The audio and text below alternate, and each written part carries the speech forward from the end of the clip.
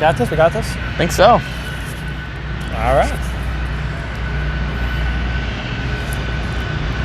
Welcome back, Bears fans, to another episode of the Chicago Audible, and welcome to our Week 6 Chicago Bears postgame show as the Bears fell to the Green Bay Packers by the final score of 24-14. It was a 10-point loss. Felt like a million points when it was all said and done. I'm your host, DeWitt. I'm joined by Nicholas Moreano and Mason West. If you hear background noise, that's because we are outside on the field of, Soldier Field here for our first ever stand-up outside here in the stadium. So trying something a little bit different, a little bit new here today. Hopefully you enjoy this. We'll keep it a little bit shorter just with this different setup.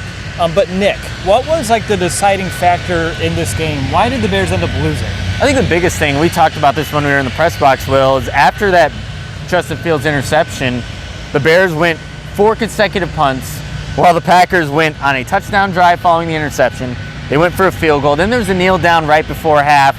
Then they follow up that, they start the third quarter with another touchdown. And again, at that same time, the Bears, instead of scoring, they were punting the ball and not putting up any points on the scoreboard.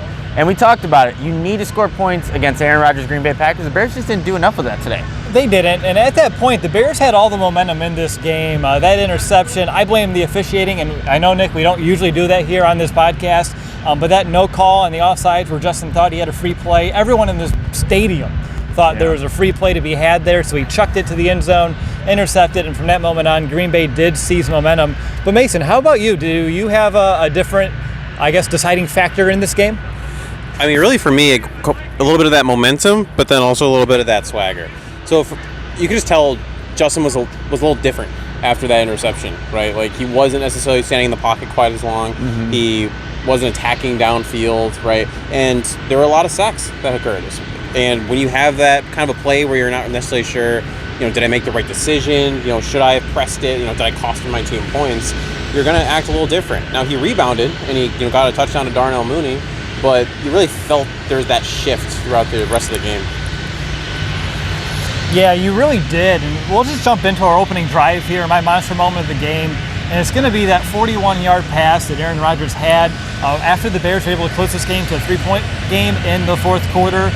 The Bears defense had a chance to make a stop, get this Bears offense back on the field, see what can happen, but instead you have Devontae Adams beating Jalen Johnson, end up making the catch.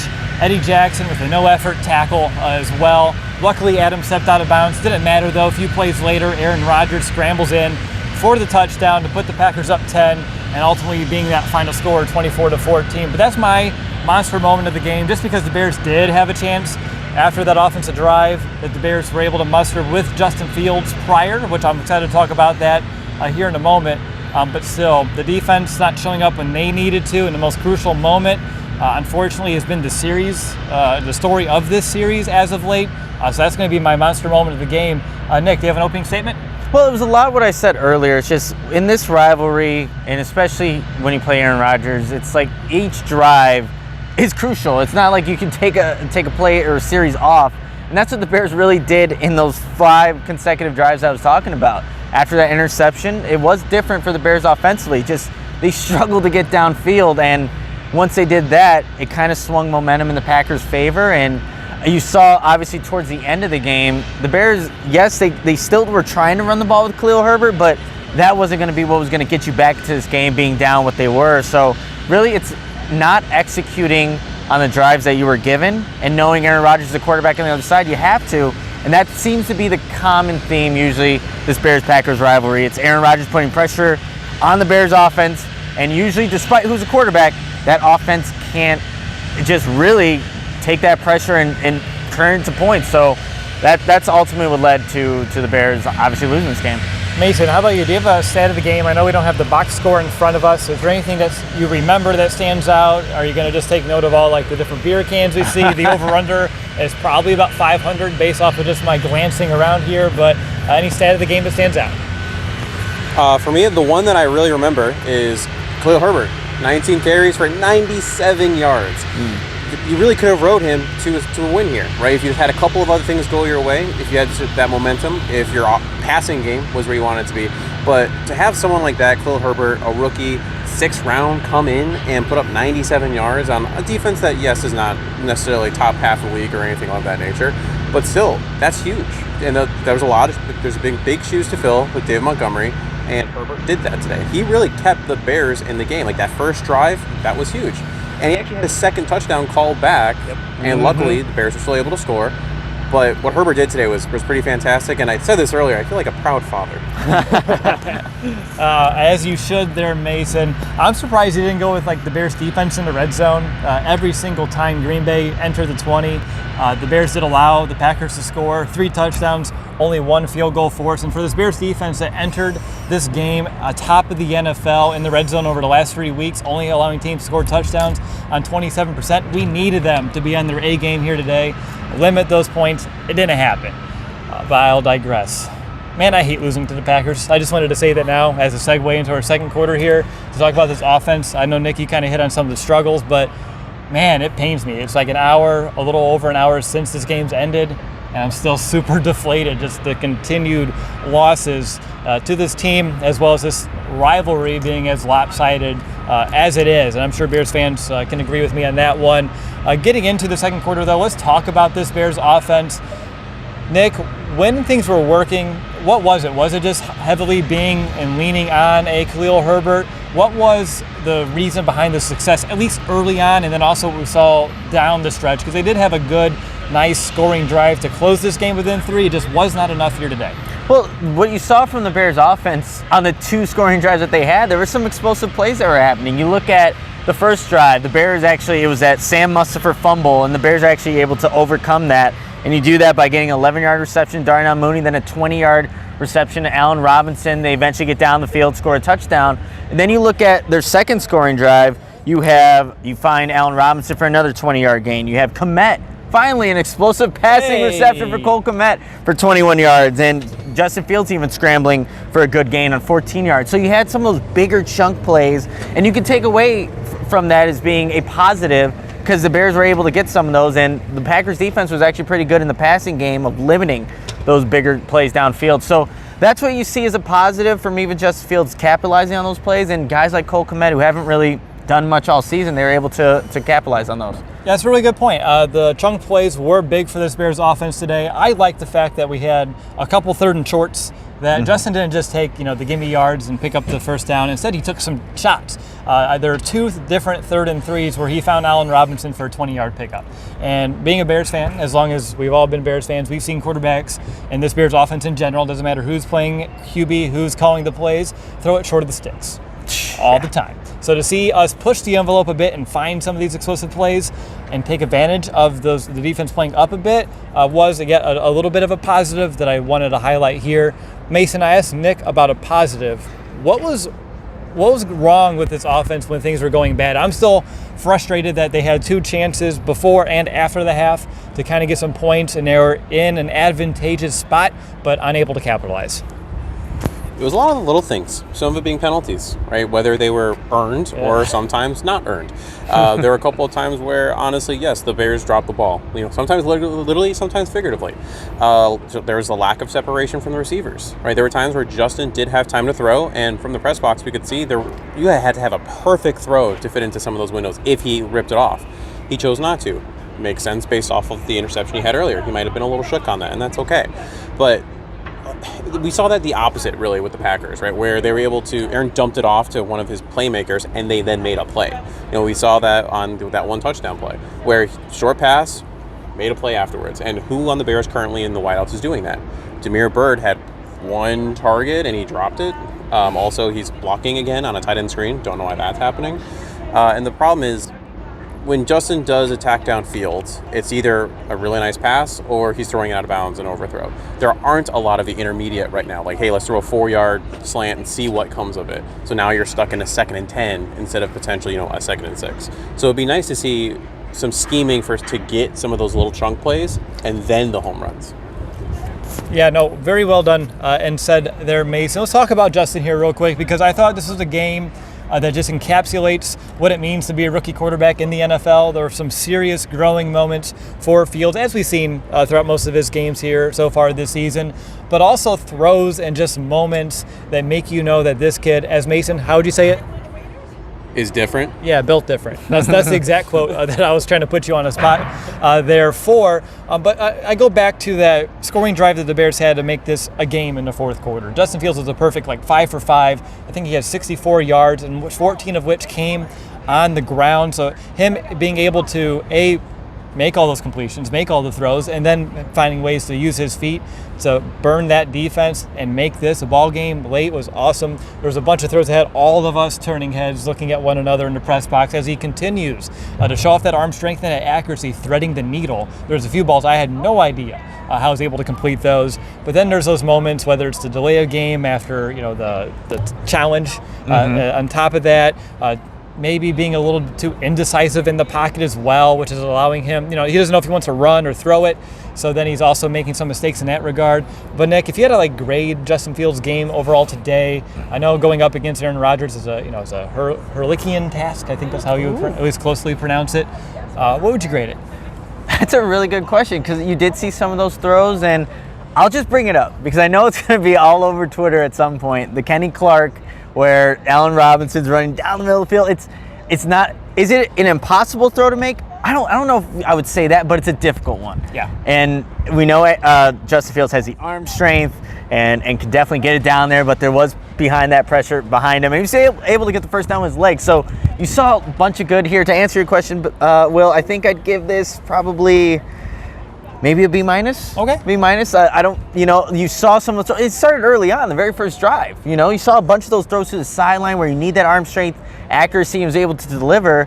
And then, like you said, you can't have a delay of game, right after a challenge. You can't have, I don't know, again, really what ended up happening with that fumble exchange. But it looked like it was Sam Musfer on the stat sheet. I had no idea. But there are just certain things that you see from Justin Fields. Yes, there's positives, but there's still a little growing pains, but that's going to happen. And Mason actually mentioned it, after this loss. It's we got to remember too, this is what, after this loss, remember what the big picture thing is here, right? It's his growth. And I think we're still seeing that even in this loss to the Packers.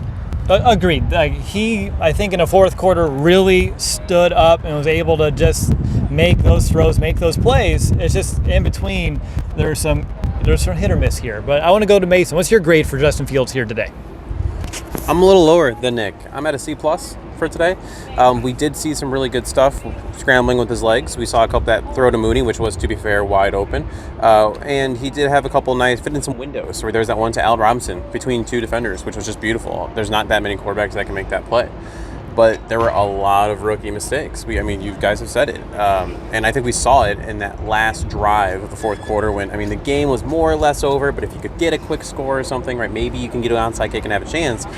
Just holding on to the ball a little too long, right, putting yourself in a bad spot. He wasn't helped out by having an ineligible, lineman downfield. That's not on him, of course.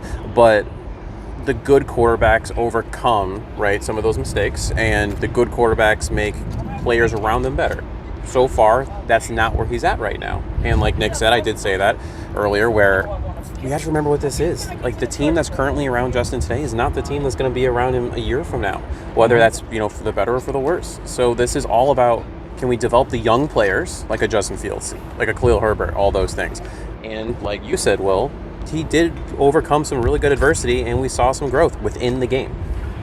And that's everything I'd expect from Justin Fields. I think I say that almost every week, but I expect him to demonstrate growth week to week, drive to drive, series to series, quarter to quarter. And we saw that here today. So we talked about some positives and negatives with Justin Fields today. Nick, I'm going to go over to you, and I just have two words, and I'll set you up here. Cody Whitehair.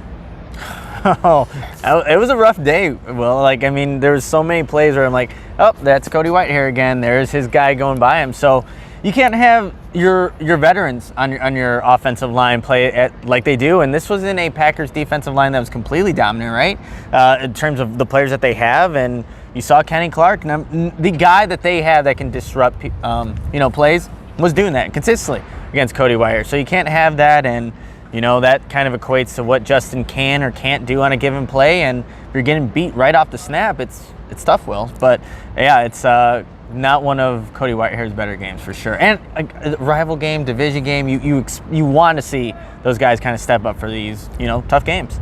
They sure are. Anything else on offense, Nick, that you wanted to hit on here in this post-game recap, whether it be positive, negative, neutral? I don't mind. Just to go back to a rookie running back in Khalil Herbert getting 19 carries, like you said, Mason, 97 yards. He showed such good decisiveness in his cuts and looked like he's ready for this role. Like way sooner than I think I was expecting. And just seeing how the Bears, used Damian Williams last game, I'm like, can Khalil Herbert really do this? And without a doubt, he definitely can. So really encouraged by what Khalil Herbert did in this game despite the loss. No, he is. He plays beyond his years. He does not look like a rookie running back, whether it's the vision, whether it's the burst to get to the outside, the willingness to fight through contact.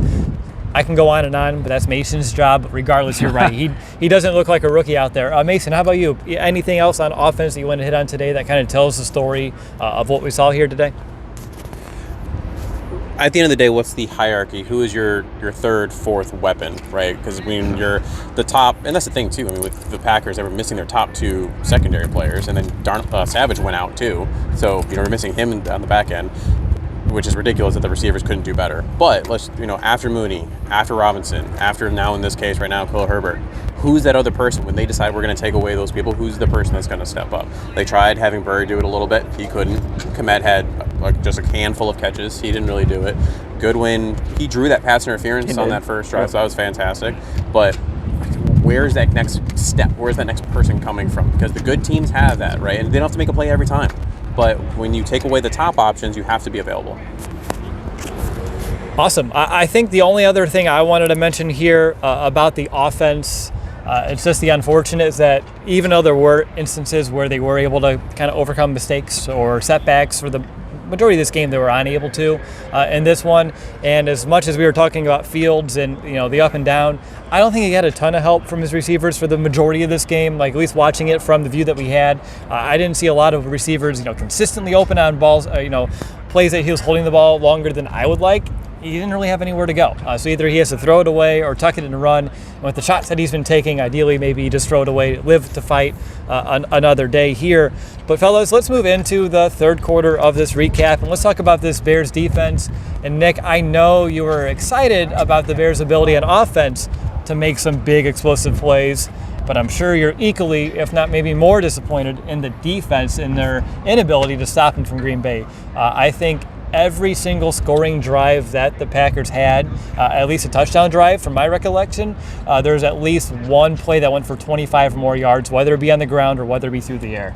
No, and that's exactly what happened throughout this game. And this was a Packers offense, too, that was really down in their red zone production, and as opposed to even last year. So the Bears, made that a strength for the Green Bay. Once they got into that area of the field, there wasn't really stopping the Packers and Aaron Rodgers, whoever he was, targeting, unless it was the pass interference call that, ended up working in the Bears' favor. That it still ended up in a field goal, right? But yeah, the Bears, you saw a lot of similar mistakes. Bad tackling, just exploiting one-on-one matchups. It's like things that we're consistently seeing, in the previous games, but maybe it didn't completely kill a drive for the Bears defense.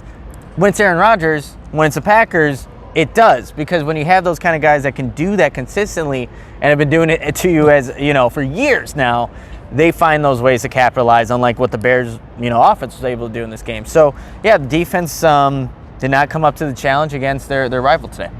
Surely did not. Mason, I want to hand it over to you. What was, I guess, the biggest reason why this Bears defense didn't have much success here today compared to what we saw a week ago against the Raiders? Besides the referees, but just kidding. It's funny because while Devontae had a couple of big plays, he wasn't destroying the Bears. Jalen Johnson actually did a pretty good job. What killed them was you're playing Aaron Rodgers, who can spread the ball around, right? Every time I looked up and there was a catch being made and it wasn't Devontae, Allen Lazard was stepping up, right? Yep. Not Robert Tonyan, but their second tight end, who I'm totally blanking on, 89. I have no idea right now off the top of my head who that is. He had 3 or 4 catches. And Mercedes Lewis, thank you. And they had defenders bouncing off of him. Right? Making spin moves. Times. It's that second, third, fourth layer of a veteran quarterback who knows how to get the ball out and into open spaces so that they can make plays. That's what you didn't see with the Bears today.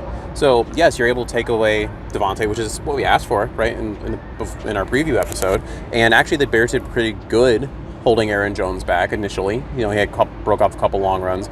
But then when you have the little things, like a Mario Edwards penalty that gives a new set of downs, when you do have a pass interference call on Jalen Johnson, that was questionable, that's going to set you back. When you have instances of missed tackles that are ridiculous, and I'm going to do it, we're probably going to talk about it later, but Eddie Jackson needs to figure out his stuff. Like, this is ridiculous now. Just no effort on that one goose that Aaron Rodgers threw up that, maybe he didn't make the interception, but should at least try. The weird shoulder hit to Devontae Adams where he luckily hit him out of bounds. Like, little things like that catch up when you're playing someone like Aaron Rodgers. And and he's the main person, those two, and Mario Edwards, that I'm going to call out for this game. Okay, look at you. Calling out. Shots are fired.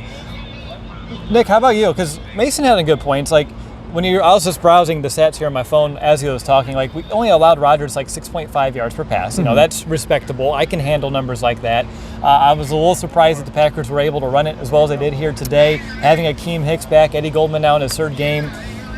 They averaged 5 yards per pop. Were you as surprised, at least I was, watching this game, that the Packers were able to move it as effortlessly on the ground as they did? There were, the Bears were able to bottle up a chunk, but there's just a lot where they're getting decent amount of yards, whether not just the 25-yarders that they had a couple that led up, but the ones that went for like 6, 7, and that just, I felt like, deflated that defense, and it took a lot of the air out of the stadium too. Yeah, no, it definitely was surprising, and the Packers lost their starting center early on in this game too, so they're down guys. They're still able to effectively run the ball, and they're getting those big chunks too. Like, the Packers are one of the worst teams in terms of getting those explosive run plays. And of course it happens against the Bears here at Soldier Field. So it was surprising given that they had some injuries, but I think that's what makes the Packers dangerous, is that when they need to make those plays, it's like what Mason was just talking about.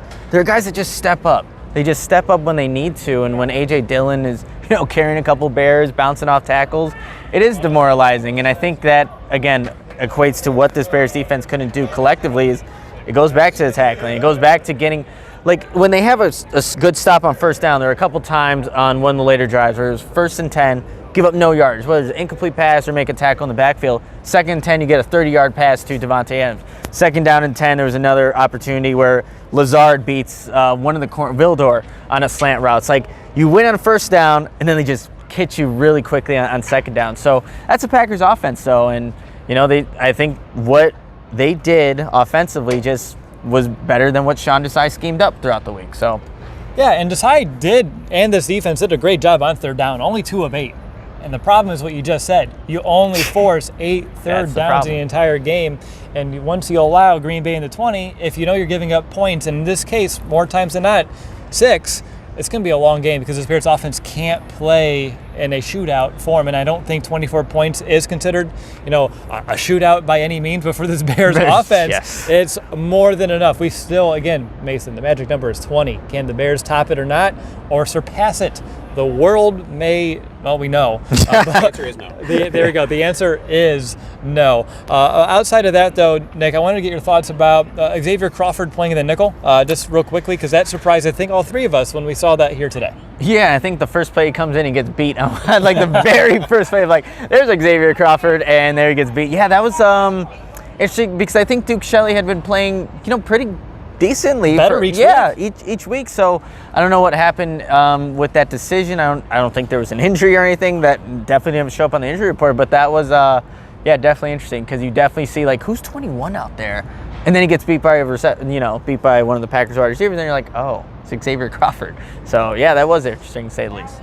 I think my not so bold prediction came true as I was thinking through talking points, because I said that we would get Aaron Rodgers down for 3 sacks here today, and I think Quinn got 1, Matt got 1, and Akeem Hicks. Yep. So the big trio all were able to take down Rodgers. Again, doesn't matter at the end of the day, but just want to at least point that out. And yet another positive if you want to look at it, although when you look at the final score, it may not feel like it. Mason, any final thoughts on this defense, good, bad, or otherwise? It's the toughest part right now is that the defense's trajectory doesn't match the offense, right? This is a win now defense. It has its issues, it has its holes, but if you attach to this defense to, a lot of other offenses in the NFL, the Chargers, the Packers, the Buccaneers, any of those, you would say, okay, this is a Super Bowl team. But right now, we said that earlier about the offense, that's not necessarily the case for them. So are we wasting it? Which is this is the part that kills me. Is it currently like the stuff we saw from a Nakeem Hicks, the renaissance coming back from a Robert Quinn? I mean, yes, we have some young players in a Jalen Johnson and a Roquan Smith, but it's like, man, it sucks. Like, it's just like, you wish this match just matched up better, you know, with the timelines right now. And there are just some people, defensive players in that locker room, that need to figure out where they're at right now and what the game plan is, not just for the next game, but for the rest of this year, because you may not be back next year. No, that's a really good point. How about you, Nick? Anything you want to wrap up? Your thoughts on this Bears defense and what you saw here today? Well, I think a lot of the things that we mentioned, but it's like when you do have maybe coverage breakdowns or, you know, don't finish on the plays, the good teams, the good offenses will take advantage of that.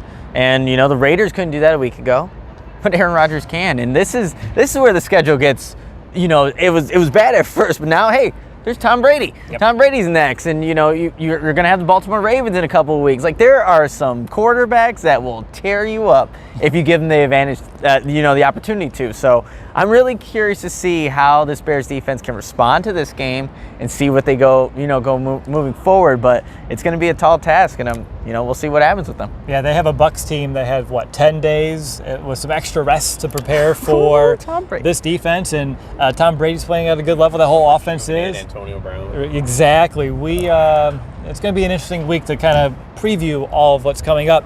To kind of enter the fourth quarter of our show real quick, anything on special teams? I feel like, Jakeem Grant today, I thought he was going to break one at some point. Honestly, he looks fast. He knows how to, find the holes with his blocking, hit him real hard and in a hurry. And I'm surprised he didn't take one back to the house here. They had a big return too that's also called back, if I remember correctly. But every time he touches the ball, I feel like there's like a gasp in the air, almost like a Tariq Cohen-esque when he was able to kind of, handle those duties in the past. And over the past year, we haven't had a player like that. I'm starting to see it here today. But Nick, anything else in the third phase? I'll just say you actually pay attention to punt returns, right? I mean, let's be completely honest. That phase was, non-existent. But when Jakeem Grant back there, it's like, there was one where he didn't fair catch it, and the Packers, they didn't expect. They were like, oh, he didn't, and he just runs. So you actually watch punt returns, and it's been a while. And Tariq Cohen had his moments, but you actually watch it, so that means he's making an impact there. That's a really good point. I forgot about that play. Yeah. And I was sneaky, he did not wave his hand. He just was able to take off for some additional yards. How about you, Mason? Anything on the third phase you want to hit on? Just two things. One, real quick, I love Jakeem Grant's aggressiveness. It's awesome. I know he had, after that one play, I looked at you and said, that's why you returned that. You have him there. But you also see why the Bears have had issues with returner, like when Ted Ginn was here and he made some business decisions. I'm just not going to return that, because Jakeem Grant got shaken up not once but twice, and that's why you had Artavius Pierce, and that's why you had Damiere Byrd, who let a punt go over his head, and luckily it was an 80-something yard punt, and luckily it went in the end zone because it was a little windy, but he just let that carry, and that's why you see some of the punt returners in Bears past not returning kicks, because it's a dangerous position to be in. So hopefully he can come back next week, and I would love to see the aggressiveness continue, but also maybe learn how and when to take the hits so that he can finish the game. All right, this leads us to our segment. It's time to call an audible. I'll kick things off here. A moment in the game I wish I can take back and change. I think it's going to be that phantom no call on the offsides, with that Justin Fields interception that you hit on at the top there, Nick.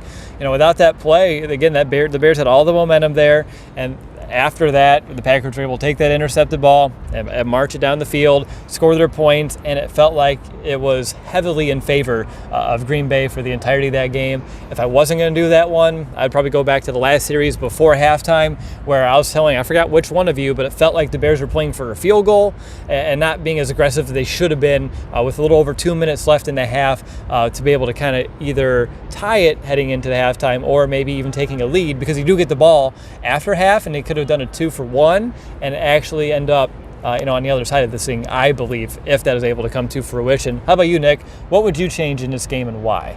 I would change my score prediction that I had going into this game. I said it would be close, and actually, 24-14, right? It wasn't a complete blowout, but it felt like that. It felt like that. Like the Bears' offense wasn't moving.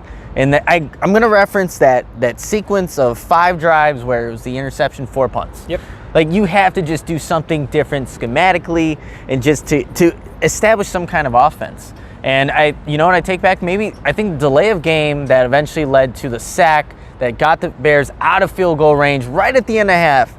Maybe I go to that play, and maybe that changes things. Who knows? But that was a huge moment in that game, and the Bears needed all the points they can get. But that's definitely a series and a sequence of plays that I look at. No, I'm with you. That was a huge swing on right after a swing. That was like two big blows in a row, and I felt like the Bears took a while to recover into that fourth quarter, at least offensively. Mason, how about you? Anything you would change that we haven't hit on? No, I mean, while I agree that the biggest momentum swing was definitely that penalty that never was before that interception. Unfortunately, there wasn't really anything the Bears I feel like could do in that situation. I mean, could Justin have put the ball in a better position? Sure. Or just thrown it out of the back of the end zone? Sure. But in terms of a play or that a player or coach could actually do something about it, I agree. Right before the half, either you got to pick a lane, be more aggressive and go for the touchdown, or you run the ball, get it centered up for your kicker who has been stellar, and you go into the locker room with a little bit more momentum and with a tie game. Yeah, it felt a little wishy-washy in terms of the approach that the Bears had on there. Guys, who would you give your MVP to here today? And actually, let's go right back to Mason. I mean, there's one answer. It's Khalil Herbert. Let's real juices. I mean, without him, I don't think the Bears are even in this game remotely. When they needed chunks, he got chunks. You could tell there was a bit of an energy when he ran the ball, not just on the field, but in the stands. And Khalil Herbert is someone that, man, any other team from the get-go, he would have been a starter. And we're lucky enough now to have, when he comes back, a David Montgomery, Khalil Herbert, two-headed monster. That's a good problem to have, figuring out how you're going to split those carries. Yeah, they are. I think I said this a few weeks ago, but due to the Montgomery injury, they had to play Herbert quicker, and I think they're trying to keep him a secret here. We saw what he can do in the preseason. We saw what he can do in training camp, but it's translated so well here to Sunday. He's my MVP too. If you think about it, right, no Damian Williams here today. So without Herbert, then you're looking at Ryan Nall and Artavis Pierce. If that's your backfield in this game, I doubt the Bears score the 14 points that they did here today. So I believe, like Mason, Herbert is the most valuable Bear here when it's all said and done. Nick, you going to make it a consensus? Yeah, I was looking around. There's all these Bear cans. There's no broom to get all this stuff off the field. So yes, it's Khalil Herbert as the MVP too. You don't have that faith in Ryan Nall there. Well, I was hyping him up earlier in the week, but I don't even think he got an offense once. I don't know, but not from my yes, view. Khalil Herbert, MVP. MVP, Herbert consensus 2 weeks in a row. I know last week was split between the Khalils, but Herbert, man, really showing out. 2-minute warning, you guys want to do grades? I don't mind either way. Grades. Grade it. D. There we go. Yeah, let's just go with D, honestly. Nick? I'll go with D as well. It's consensus. There we go. D. All right. Yeah. Ugh. I mean, there wasn't enough to make it an F, I think, here. There's enough positives to at least pull it up. But when you lose to Green Bay, that just hurts, all of our hearts. So that's going to just pull it down, too. All right, final thoughts, and let's go to Nick first. Final thoughts. This, like I said in the preview show, it's always a reality check when you play the Green Bay Packers, and that's exactly what it was. They were riding high, 2 wins in a row, first road victory last week. Then you come to Soldier Field and you play the Green Bay Packers, and that high is now a low. You are now at this point trying to restart and reset for Tampa Bay next week. Will be a Super Bowl contending team, what they have there. So how does this Bears offense respond? They need to now that you've had a couple of games with Bill Lazor, Justin Fields, and Khalil Herbert's going to be the running back moving forward with obviously Damian Williams when he gets off the COVID-19 list. It's like, what can you do offensively to just generate more points? That's what it ultimately comes down to. We see some of the explosive plays coming back a little bit. The running game, they stuck to it in this one. They couldn't do it for as long as I think they wanted to, but they need to now take that next step with this offense and start and integrate more of what we can see from Justin Fields and his strengths. But it's a daunting task, and I'll go back to what Mason said. It's like this season's not all about. It's not about making playoffs or anything. Maybe we thought that just last week because of a win. It's how Justin Fields develops. As long as you keep that in mind, and if these losses become close, okay, I think you can live with that as long as Justin Fields showing what he needs to show. But I'll cap it off at that, and turn it over to you guys. All right, so for my 2-minute warning, final thoughts here real quick. I said at the top, I'll say it again, I hate losing to Green Bay, and I'm sick and tired of it. Hopefully, we're getting towards the end of the tunnel here once Aaron Rodgers is gone. Justin Fields gets a little bit more solid footing underneath him. I would hope that we can change the narrative here in Chicago for some time. Ooh, we got a nice little wind gust there, huh? Just got smacked by my credentials. Other than that, though, this loss, it pains me. It hurts. I hope all the, every single player in the locker room feels 100 times worse than I do right now, remembers this, and can use it as a, motivation going up against a really good Buccaneer football team next week and come December when we play Green Bay on their turf coming up here later on in the season. Outside of that, though, again, not enough on defense, especially in the red zone, giving up those big plays when they matter, offensively unable to make the big plays when they count, unable to put up points when you need it the most. And at the end of the day, that's not a recipe to beat the Packers, let alone most teams in the NFL. I think what we saw here today, it's not enough to hang your hat on, but they were in it in the fourth quarter, which is more than we saw a year ago, if you want to kind of look at super fine details to find positives on. But other than that, I think we're all going to be driving home deeply disappointed. I know I will be, but that's going to do it for me. Mason, final thought? So, first off, unfortunately, I'm now going to have to wear a Packers jersey in the clinic tomorrow. I had a bet going with my student, so that'll be fun. I get to wear the green and yellow, I'm not even going to say gold, tomorrow. And also, I owe Samuel 15 push-ups. Bet one of my patients that, too. So, it's going to be a rough Monday. Besides that, I'm going to go more silver lining, glass half full thought process. This isn't the Browns game, right? I mean, that was just detrimental. That was a whole other conversation. Like Nick said, like I said, like Will said, it's about growth. It's about moving forward. And it's a loss, but it's a better loss than that game was. We saw little bits and pieces. We see glimmers of what could be, but even more so than I think we did see, not to, drag him through it, but with Mitch. With Mitch, it was always like, you got excited about you, like you forced it because you had to, because you're like, this is the future. Versus with Justin, I think that you can actually see some of that potential coming forward. It was a 10-point loss. It wasn't a blowout. I mean, yes, it felt worse, but I think part of that is the Packers, and part of it being true because it was right there, right? At halftime, you're like, you can taste this. The Bears led the game at one point, like for a good chunk of the game until the Packers scored. And I think right now, too, while I do think it's not about this year, it's about, the following years, I don't know that the Bears and the Bears organization agree.